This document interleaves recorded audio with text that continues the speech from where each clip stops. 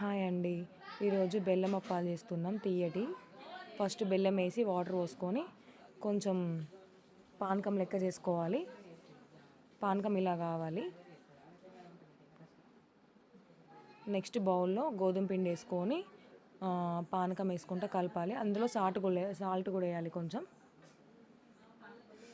పానకం కొంచెం కొంచెం వేసుకుంటూ కలపాలి.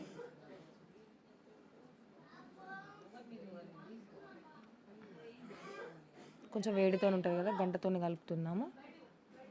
నెక్స్ట్ పిండి ముద్ద లెక్క చేసుకోవాలి.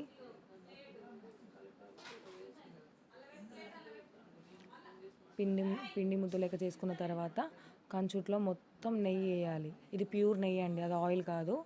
నెయ్యి వేయాలి. దీపావళికి అలానే నెయ్యినే అప్పాలు చేయాలి. చిన్న చిన్న ముద్దలు చేసుకుంటూ అప్పాలు చేసి ప్రెస్ చేసి నెయ్యిలో కాలవాలి మొత్తం.